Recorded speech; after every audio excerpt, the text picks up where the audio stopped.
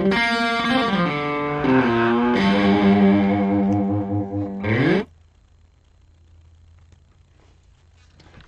good morning, good morning, good morning. How's everybody doing? Dr. Roddenberry coming to you here in my home office in Willow Springs, North Carolina. Thank you very much for joining me this morning. Who do we have in the chat bar? Go ahead and type in and say good morning if you're out there. Let me know. Looks like we've got at least 3 people on the broadcast already, which is a good number. I'm really impressed with the number of people that come to my live broadcasts. I know this is difficult for you to find time in your busy schedule. Good to see you, Dimitro. Thanks for coming. Hope you're doing well. And I hope you talked to family this week and everything's going well with them. Anybody else out there in the chat bar want to type in and say hello? Look at that. We got Matt Moredas in here. I'm doing well. Thanks, Matt. I'm doing really well. Had a nice weekend. Too much fun, not enough work. You know how that is. I always have these big plans for what I'm going to get done on the weekend, and I always wind up just goofing off and playing in the sunshine. Hey, Paul, good to see you. Caleb, good to see you. Fantastic. Thanks for checking in this morning. Okay, so this week we're going to talk about Chapter 6 and Chapter 8. I just want to let you know we are skipping Chapter 7. We have to skip one chapter this semester because we've only got time for 15 chapters and there are 16 chapters. So I've decided to skip Chapter 7.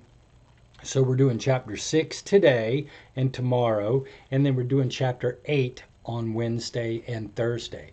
Don't forget, our first exam is this weekend. I have a big exam review on Friday morning at 10 a.m.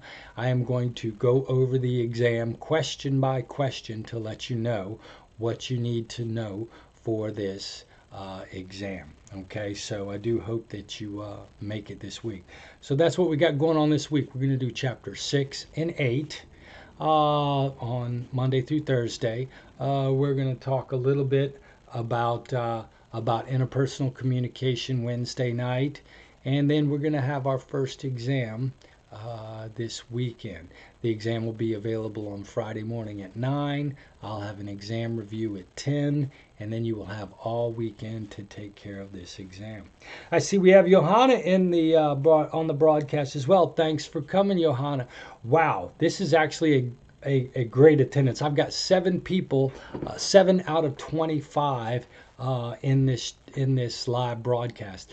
Doesn't seem like a lot to you folks, but I am incredibly stoked. That's over a quarter of the class coming to the live broadcast. I want to thank everybody. You folks are absolutely wonderful for how focused and organized and engaged you are as a group of students. I just can't even begin to tell you. So let's go ahead and get started with the self. All right, so today we're going to talk about some key aspects of this. We're going to be talking about this thing called the self-concept, which is nothing but an idea that you have about who you are. And we're going to talk about some of the key things of this self-concept that affect how we act and behave. And we're going to talk about self-discrepancy. What happens when you don't meet up to the ideal that you have in your mind. And we're going to talk about how that affects you and your feelings about yourself. And then we're going to talk a little bit about self-esteem. And I'm going to try to differentiate it from narcissism, which is bad.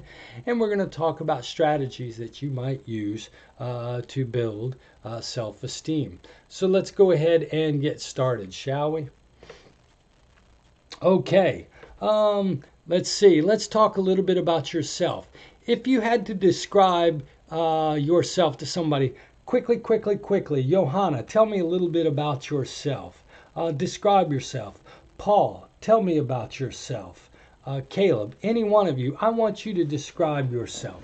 If I had to describe myself, I would say that I'm a very intense, emotional, intelligent guy who loves music.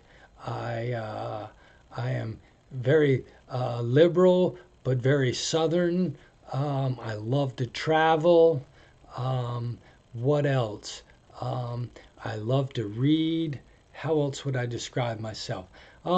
If you were asked to describe yourself, how exactly would you do that? Do any of you want to describe yourself? I see nobody's helping me out here, so I guess I'll go ahead and describe myself. All right, here's the deal. If you took a minute to think about yourself, if you were asked to write a page about yourself, what would you say? What would you say? How would you describe yourself? The way you describe yourself is what we'll call your self-concept. Now, here's the crazy thing. I want you to understand that your idea of who you are is nothing but it's an imagined thing. It's yourself is what you think you are. It's all of the qualities you think you have, all of the events you think you've experienced, all of the accomplishments you think you've accomplished.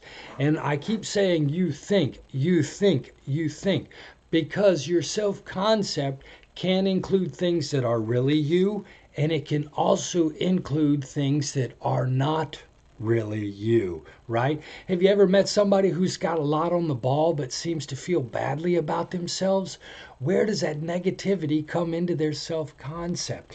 Your self-concept is the set of beliefs that you have about yourself. Matt Moreto, he's optimistic, caring, loves good music, hangs out with friends and family. There you go. Matt, I can already tell you're the kind of guy I would probably want to hang out with. It sounds like we would get on well. Okay, but your self-concept is nothing but an organized collections of belief about you and the self. And you know what? They all fit together and make sense somehow in this thing we'll call a self-schema. All right? One of the things that human beings love to have is a consistent view of the self. Nobody likes to think of themselves as being a bunch of parts that don't fit together. We all like to have this idea of a consistent and unified set of beliefs. We're going to call that a self-schema. Just like if you think of the term, if I said fire truck, what comes into your mind, you would have 6 or 7 things that all fit together and describe a fire truck. The same thing exists for you. You have a set of beliefs that you think fit together and describe who you are. Now, these things are going to include these personality traits like optimistic and caring, which is what Matthew says. It's going to be your abilities, your physical features, and values, goals, social roles. So he likes music. He values his friends and family. So in a sense, Matthew has done a good job giving me an insight into his self-concept. And you can look at Jason and Chris's self-concept. That's actually not me, Chris. I found this in your book. But these are, in a sense, an idea of your self-concept. Now, if you think about it, your self has a lot of parts, but as a general rule, you probably make a habit of only thinking about 6 or 7 things about yourself. That's what I might call your chronic self-concept, right? And here's the deal. Although we all have good qualities and bad qualities, some people, when they tend to think about themselves, they tend to think about their bad qualities. And while other people, when they tend to think about themselves, tend to focus on their good qualities.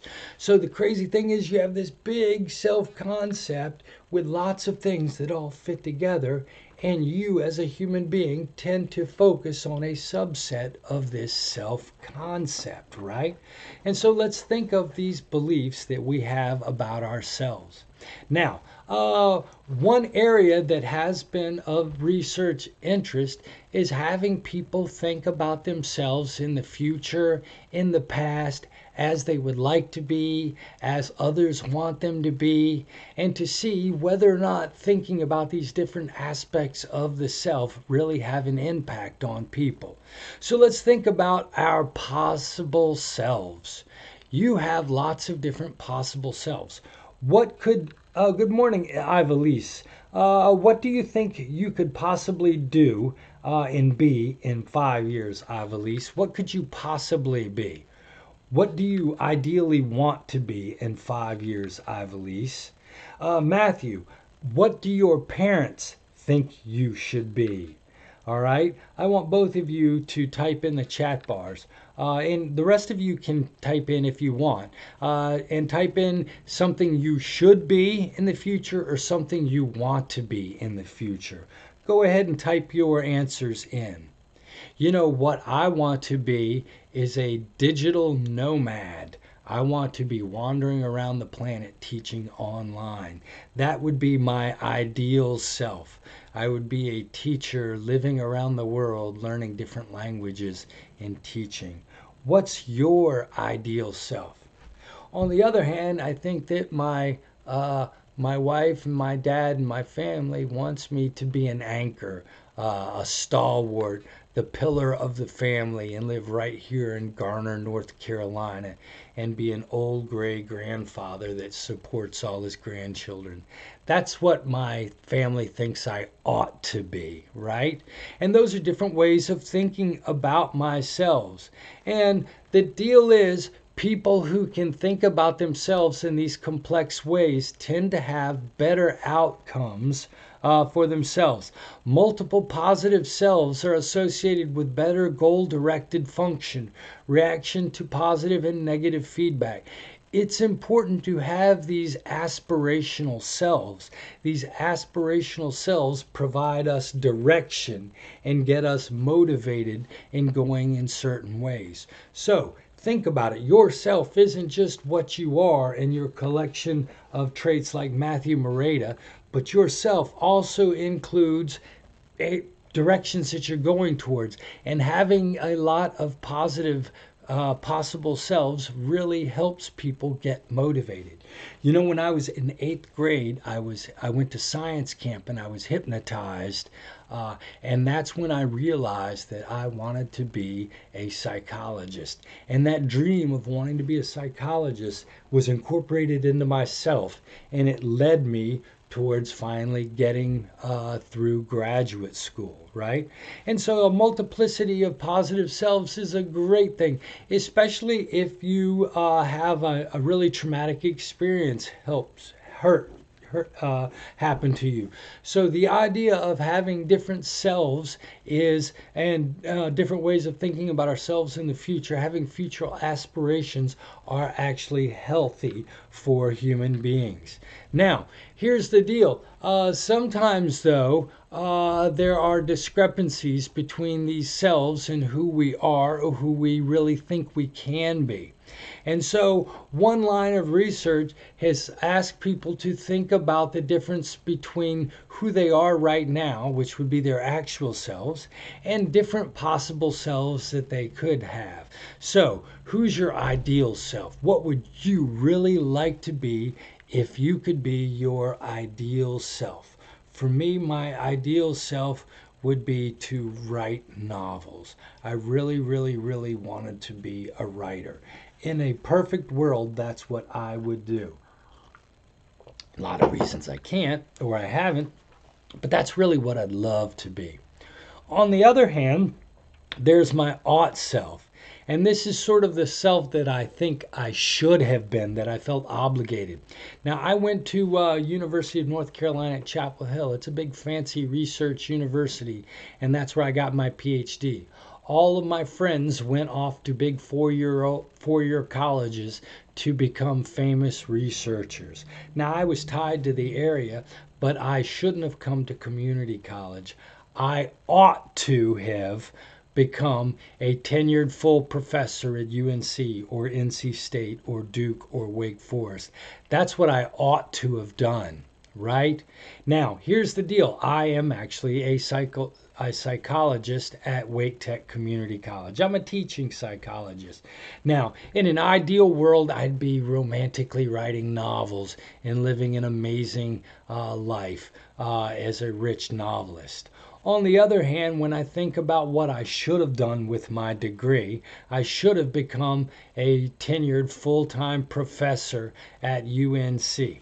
Now, what researchers have done is they have people come into the lab and describe their actual selves, like I've done. I'm a psychology teacher at Wake Tech.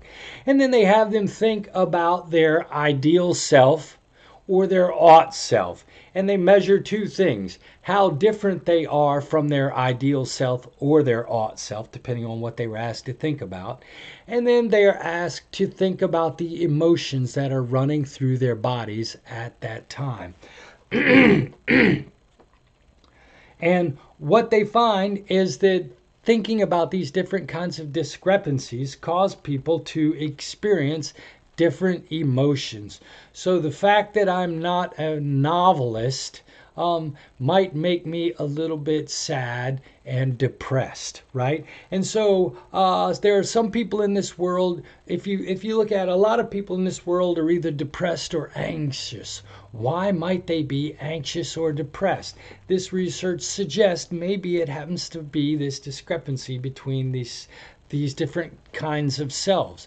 And so if people have a great discrepancy between their actual self and their ought self, they may feel irritable and anxious and sort of guilty about not doing what they're supposed to do. So when I think about not being a Division I research professor, I feel a little bit embarrassed and guilty about myself. I did not live up to what my colleagues' standards were, and I'm embarrassed about running into my professional colleagues that are working at the University of Chicago or George Washington or even Peace College for that matter. I feel a little anxious and guilty. On the other hand, when I think about not being a novelist, I'm a little bit bummed out and sad because that's really, really what I wanted to do. And so what researchers have found is that the way we think about ourselves really, really matters. Having lots of positive future selves can provide a buffer and a sense of direction to people. The buffer is against the negative events that may prevent us from achieving our goals. And the multiple selves also provide us a direction so that it's easier for us to get motivated towards those goals. However, sometimes people have goals that they don't meet. And how exactly are these emotions affected by people's failure to meet these kinds of goals? And so we can think about how the self really sort of affects our feelings about ourselves. So your likely outcomes. So Ivelisse, she's talking about she wants to be chilling on the couch without the worry of money. Fantastic. That's an ideal self for her. That's a goal for her. To the degree that she has lots of these positive goals and she feels like she's reaching them, she's going to have better adjustment, better focus, and be more likely to achieve these goals and deal better with the rejections and the negative failures that occur in life. If there's a big discrepancy between these goals, she may experience, if you will, depression or anxiety. So this idea of thinking about ourselves temporarily in the future, in the past, in the current, really has an effect on how our mind functions. And so I want you to think about that in your own life. What kinds of concepts come to mind when you think about yourself? How complex is your self concept? How organized and consistent is your self concept? How many possible selves do you have? Do you see yourselves as being able to do lots of things? What are the emotions that you feel when you are not achieving these goals? All of these things sort of go into our feeling of a sense of self. Now, managing the self-concept, I will tell you that there are two things that you can do when it comes to yourself. You can learn who you truly are, or you can make yourself feel good about who you are. You can either self-assess or you can self-enhance. And what I'm going to tell you is that most of us spend the majority of our time in attempting to enhance ourselves than to assess ourselves. Most of us really would like for our sense of self to be perfect rather than to be accurate. Nobody wants to know about the bad things that characterize their life. And so, what I want to talk to you is about the ways in which we can manage our self concept and the way most of us do in order to remain positive about our self feelings.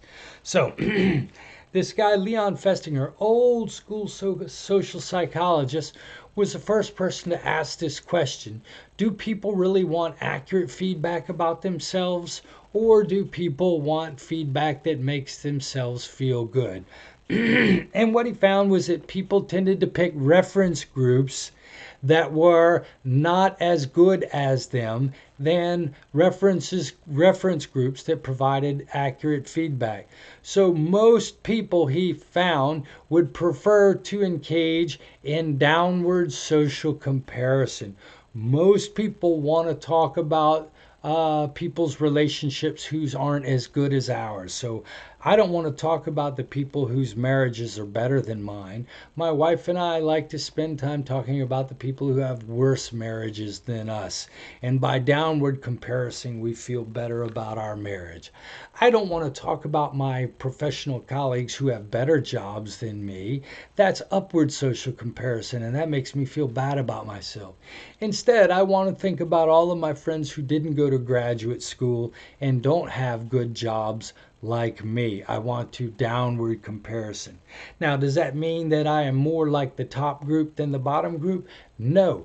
What Festinger found is that people, no matter where they are in life, what station, what level of ability, most people would prefer to engage in downward social comparison because it allows us to feel better about ourselves. Now, what I'm going to talk about on this piece of paper right here is I'm going to say that downward social comparison is a defensive tendency to compare someone's self with another who is worse off. Now, I've mentioned defense mechanisms and being defensive as a poor adjustment strategy. As a general rule, lying to yourself and focusing on the wrong comparison aids is a non-optimal strategy, right? So rather than thinking about how what you need to do to become more successful in your life, you can focus on the fact that you're better than Cletus in your neighborhood who never graduated high school. You can focus on that if you want, but that's not going to help you as a general rule. That is not going to make you a successful person. However, I will tell you that there is a branch of research that that focuses on what we call positive illusions. I don't know if you know this, but most people, when asked, will say that they are better than average looking.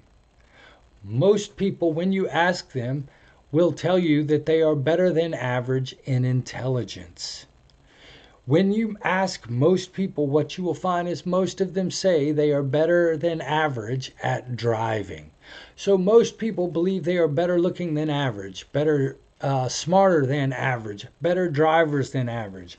I will tell you that by statistical properties, 50% of you are below average, but 90% of us believe we are above average. So all of us have a slightly inflated sense of self. Now, the research shows that this is not really a bad thing. Having a positive illusion actually provides a buffer against negative feedback. So feeling that you were a little bit better than average will prevent you from giving up the first time you meet failure. And here's a crazy thing that I did discover, that I read. It turns out that people who are clinically depressed tend to have a more accurate self-view than people who are not. People who are not clinically depressed tend to exhibit these positive illusions. People who are clinically depressed tend to view themselves quite accurately. So there are some people who argue that being a little self-deluded is actually an adaptive thing. However, as a general rule, if you spend your time downward comparing to make yourself feel better, you may not achieve and develop your abilities as quickly as you possibly could. So I just want you to be familiar with the motives for learning about yourself. Do you want to self-assess or do you want to self-enhance? I will tell you that self-enhancing feels better and it actually has a healthy component to it, positive illusions. But for becoming a better person, for developing your abilities, you're going to have to engage in a little bit of self-assessment.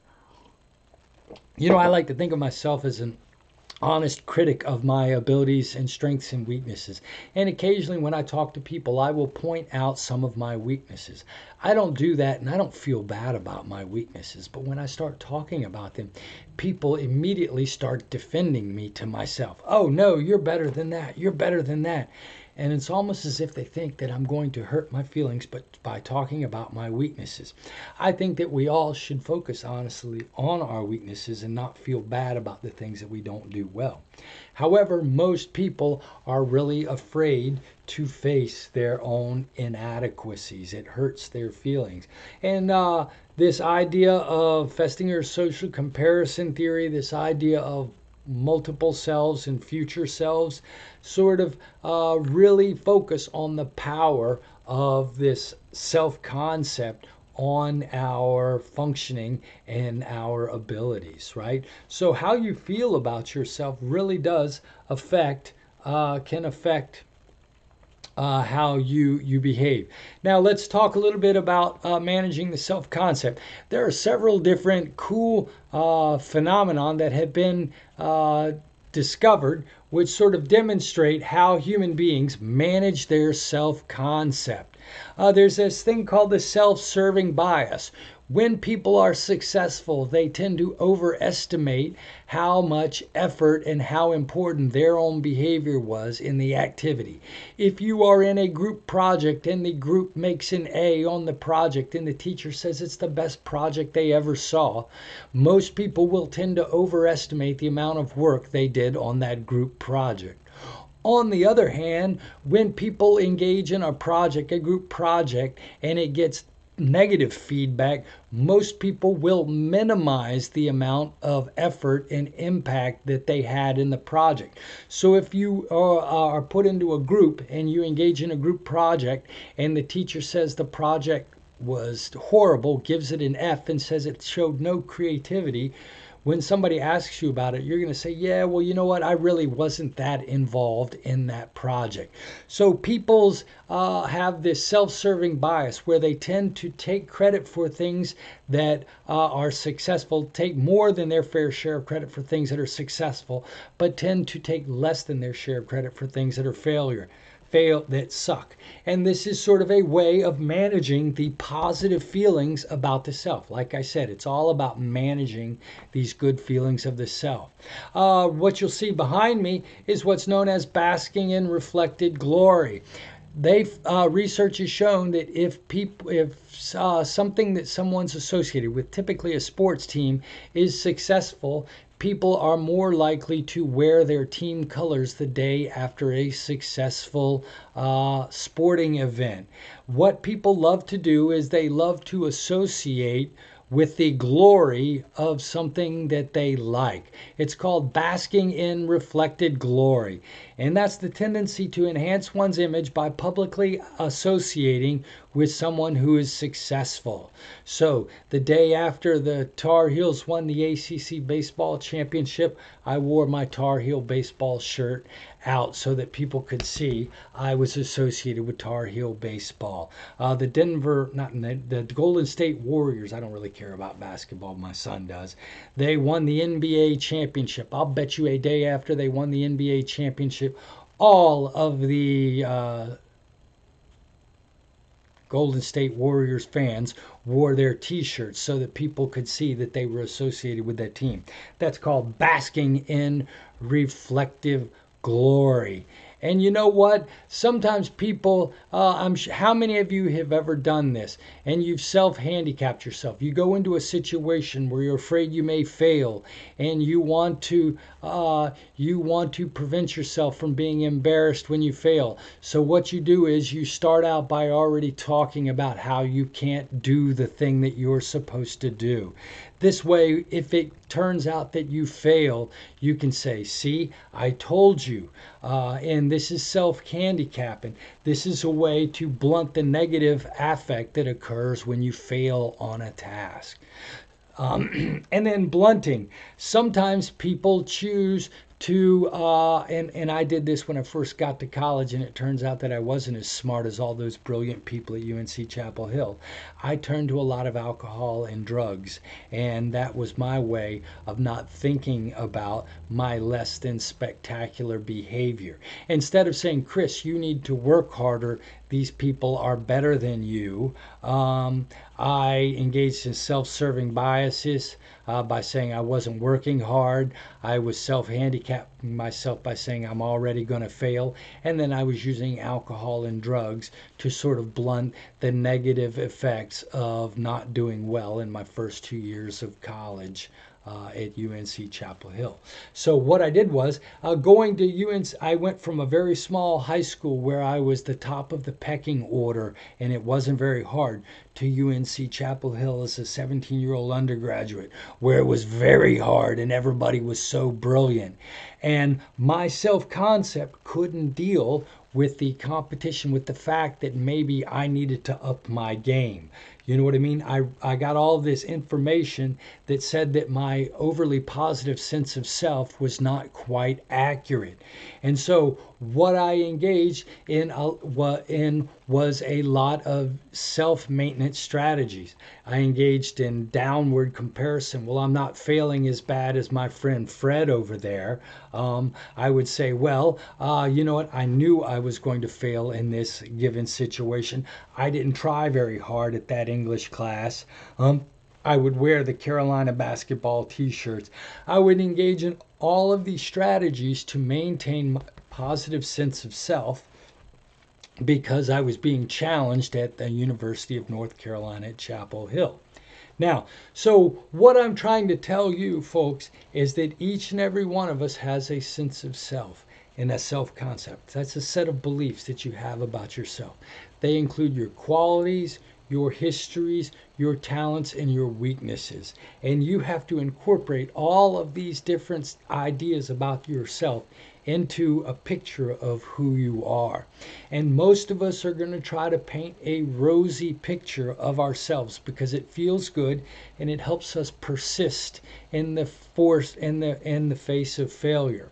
However, we do have to learn how to engage in some actual comparison and to assess ourselves even when it is a little bit painful, as it was for me as a college freshman and sophomore.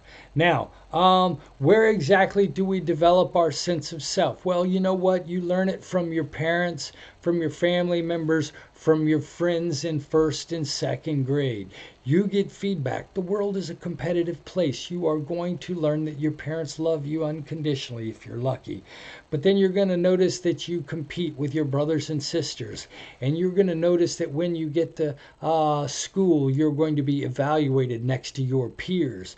And then you're going to go out and try to get into college, and it's going to be competitive. So we're getting feedback throughout our life from all of these social events and all of these social environments, and they give us these beliefs that we develop about ourselves, right? We learn from our children, our age, we learn from teachers, coaches, and peers.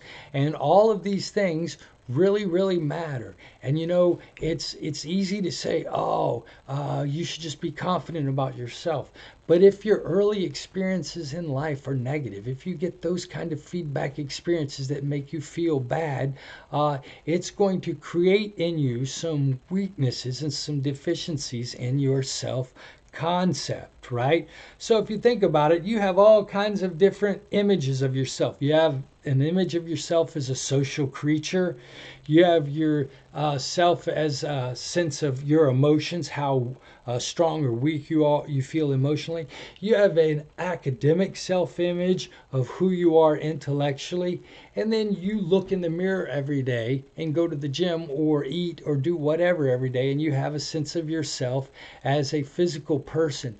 All of these different self-images are then expressed through your social interactions and your physical interactions with the world that can give you either positive or negative emotions about yourself.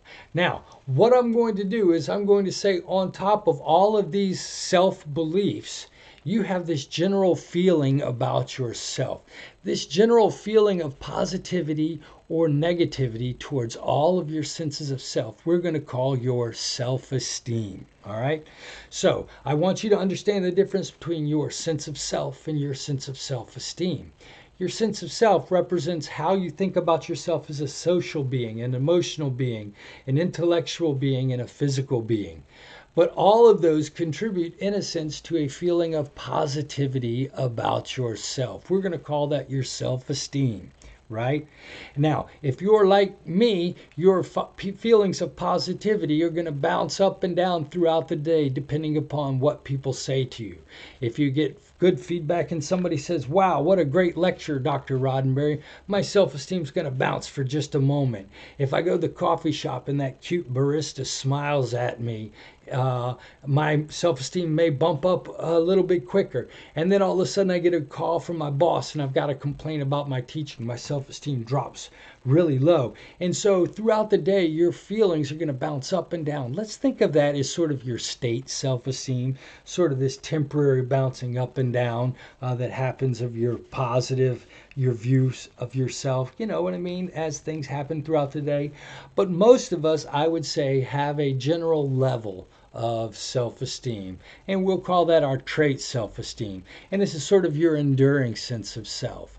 Now, how many of you have ever taken a test? Let's see, right here, if you look here, this test right underneath me is the Rosenberg self-esteem scale. It is a short 10-item question that allows you to evaluate your self-esteem. This is a clinical instrument that is used for research and also in clinical settings to help treat people who have self-esteem issues. I highly suggest that you come and take this questionnaire today. There's instructions at the bottom of it, and evaluate your level of self-esteem. Take you 5 or 10 minutes.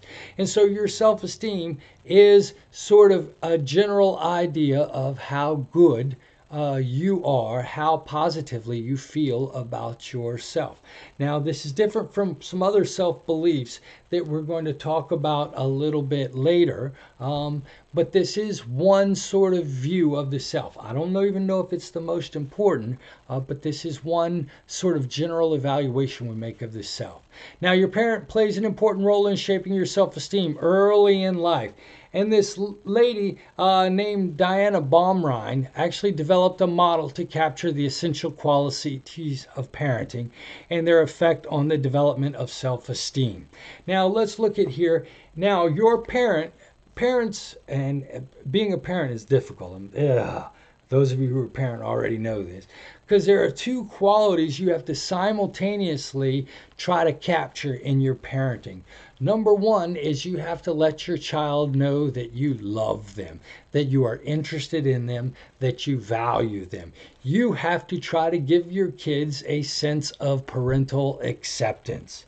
And some parents are better at making their kids feel like they love them, and other parents behave in ways that cause their kids to believe that they don't really care about them. So some parents can create a sense of acceptance, a high sense of acceptance, and some parents don't really pay attention or convey to their kids that they don't like them, and that's what we would call a low sense of parental acceptance. Now, at the same time you want your kids to know that you love them and you care about them, you also have to give them a sense of control. You have to teach them right from wrong. And you, while creating a sense of acceptance, you have to teach your children that there are some things they can do and they can't do. You have to try to create a sense of control. And some parents are good at teaching their kids what not to do. Those parents have a high sense of parental control. And other parents can't seem to control their children at all, and they have what we would call a low sense of parental control. Now, Diana Baumrind says that there are 4 general types of parents based upon their level of acceptance and their level of control. Actually, a better way to say this, all parents, I would say, as a parent, demonstrate all of these different types of parenting styles. But which one is the most commonly demonstrated type of quality that you have towards your children? And so there are some parents, if you're a great parent, you've got high acceptance, but also a high sense of control. So I love you, kid, but there are certain expectations that I have for you. This is what we would call the authoritative parent, and this is the best kind of parenting style. How many of you had a parent and you know that that parent loves you and values you, but that parent still had really, really high expectations for you? If you had that kind of parent, a parent who was like that a lot, you were lucky because you had an authoritative parent. How many of you, on the other hand, had a parent who really just wanted to give you a set of rules? And sometimes it felt like that parent didn't even really care about you as an individual. They just kept saying, it's my way or the highway, dadgummit. You're going to follow my rules. This is my house. Blah, blah, blah.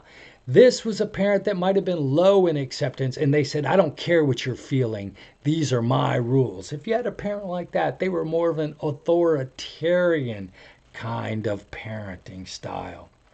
On the other hand, some had a parent that loved them so much that they didn't ever want to see them cry. Some of you may have had a parent that loved you so much, and then whenever you started to cry, they just broke and gave you whatever you wanted. That would have been a permissive parent. And then there are some parents who maybe have a drug or an alcohol problem, or maybe they're single parents, or maybe they just weren't made for parenting, and they might be the kind of parent that really doesn't parent at all. There's no control, but there's no interest in the child. This is a neglectful parenting style. Now, I will tell you that parents, all of us, bounce through all 4 of these stages. When I'm a great parent, I'm very authoritative, and I am authoritative maybe 50% of the time. But sometimes I get angry and very authoritarian towards my kids, and I tell them what they have to do. On other times, I'm feeling all soft inside, and I'm in love with my boys, and I'll let them do whatever they want. And then sometimes I just got my own fish to fry, and I just don't even pay attention to what my boys are doing. But what kind of parenting style did your parents, as a general rule, use to respond to you? And so these kinds of qualities sort of can affect how you feel about yourself. Now, what we find is it's kids who are brought up in authoritarian households tend to have better behavioral outcomes, and they tend to do better in school, but they tend to have low self-esteem, and they tend to be less initiating. So your authoritarian parents, it's going to bring some good behavioral outcomes. Those kids are going to be less likely to drink. They're going to be less likely to smoke or take drugs in high school. They're going to make better grades, but they're not going to feel as confident about themselves.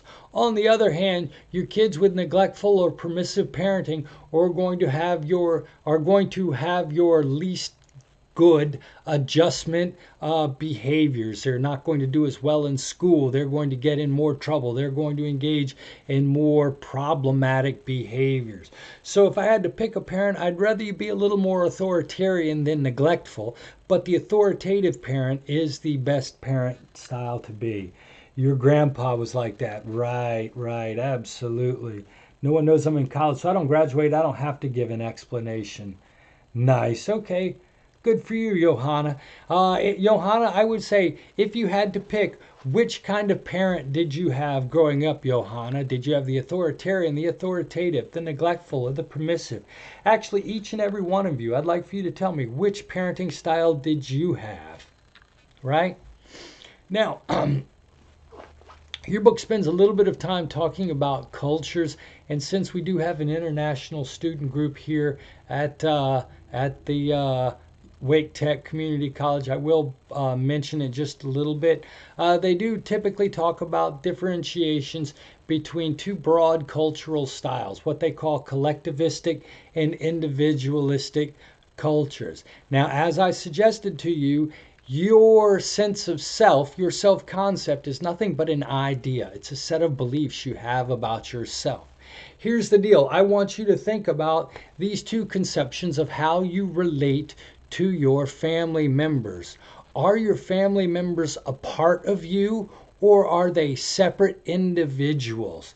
If what your father and your siblings do matters so much to you that it reflects on who you are as an individual, you might come from an interdependent or collectivistic culture.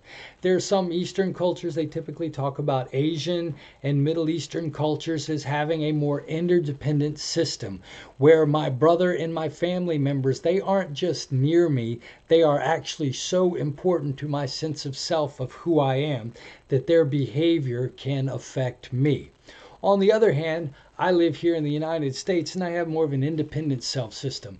Yeah, I have brothers and sisters, but if my brothers act like idiots or do bad things, I can distance myself from them. They are not a part of my self concept.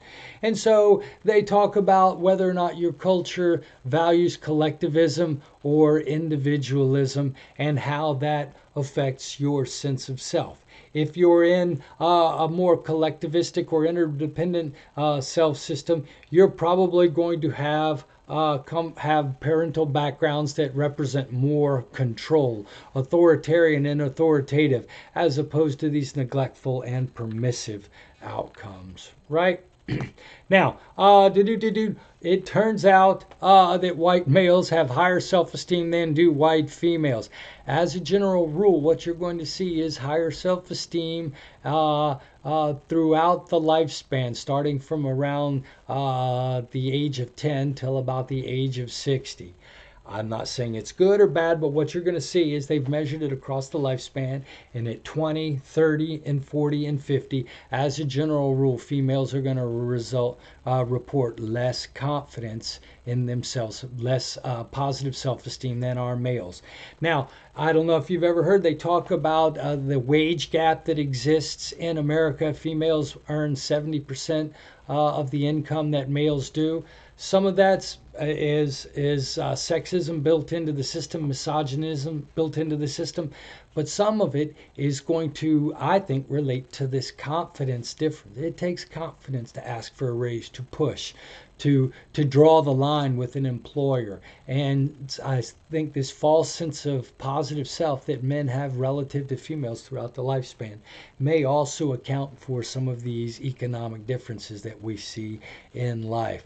Minority males do have lower self-esteem than do minority females. And you know, some of this might have to do with educational success, because you are going to see your minority female outcomes are going to far outpace your minority male outcomes in school. So it might it might relate to school. Who knows why we have these self-esteem differences? Self-esteem is strongly and consistently connected to happiness. Now, here's the deal. Self-esteem has not been linked to achievement. So having high self-esteem is not going to make you any richer. It's not going to affect your grades. It's not going to do any of these outcomes, but you are going to feel better about yourself.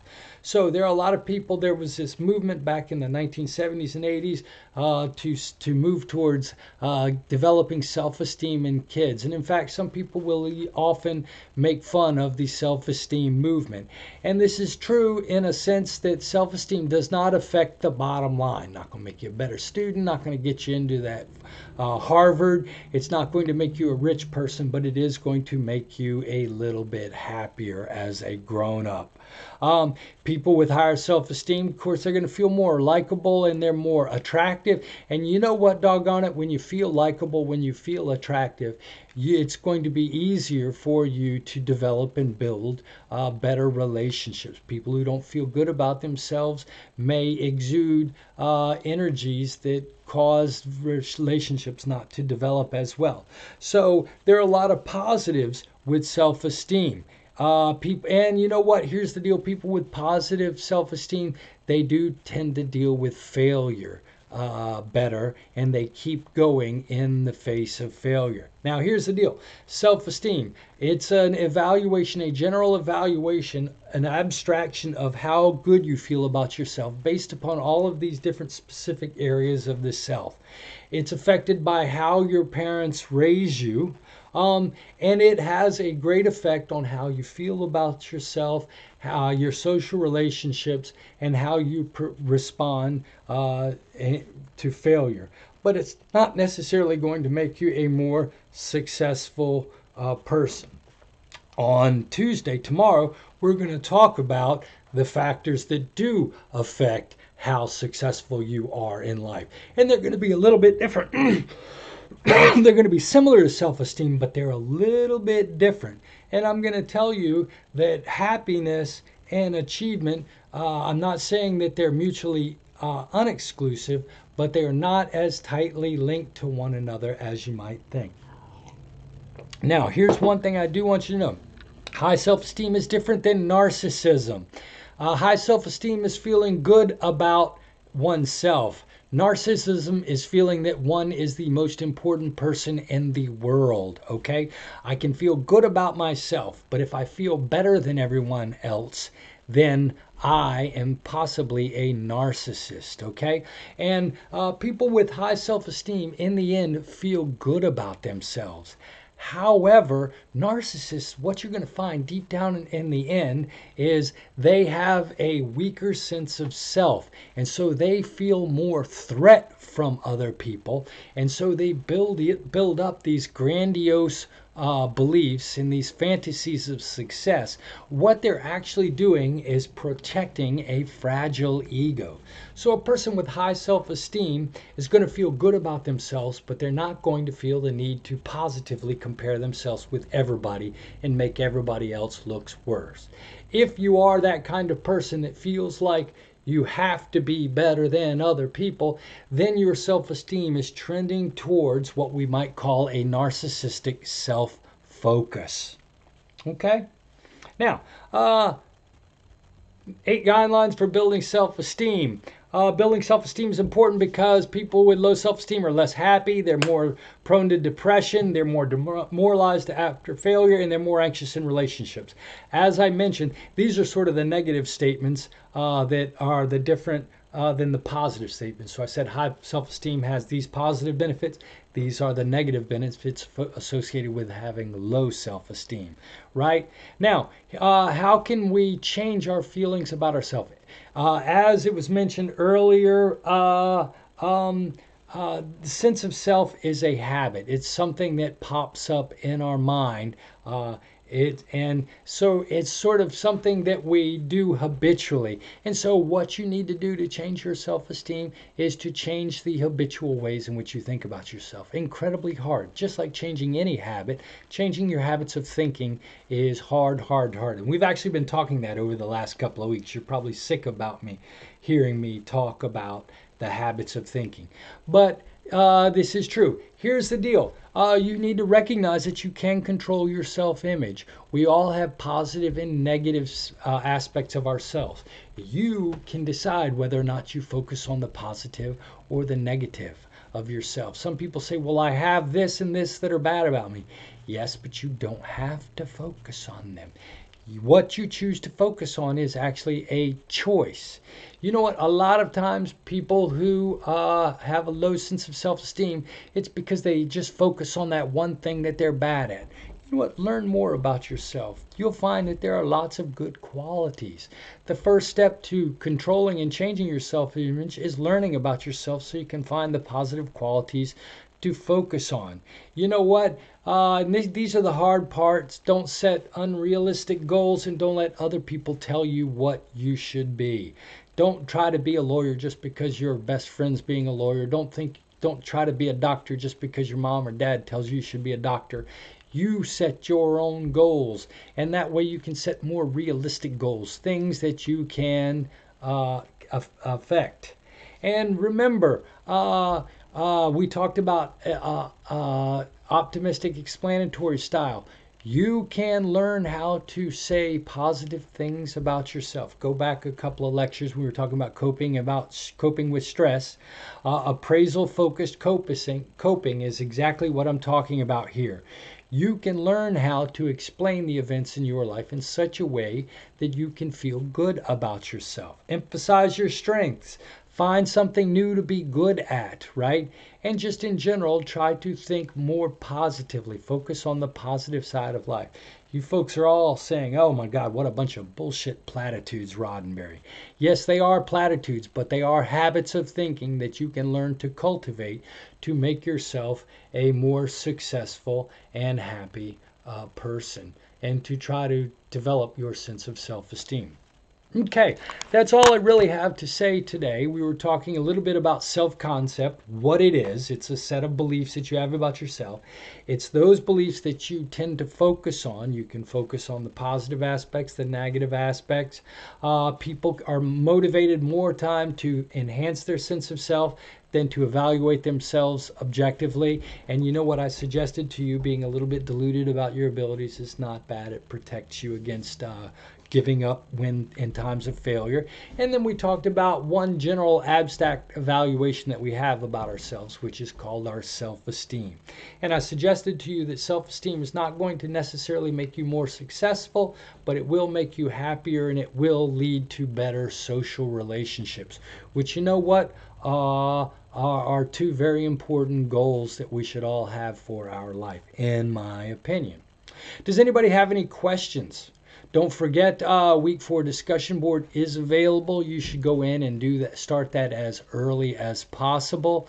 The first exam is coming up this weekend. It'll be available Friday morning at 9 a.m. And as always, I will be doing the webinar at 7 o'clock. And I'm expecting Johanna, Ivelisse, Caleb, Paul, Dimitro. I'm expecting most of you, you seem to be my live audience. I'm expecting most of you will be at webinar this week. And we're going to talk a little bit about a sense of self, and we're going to talk a little bit about interpersonal communication. Do y'all have any questions for me? Folks, thank you very much. I'm sorry for keeping you so late. Have a great day. And I look forward to seeing you tomorrow morning at 10 a.m. when we're going to talk about self-efficacy. We're going to find out what self-efficacy is. Y'all have a great day.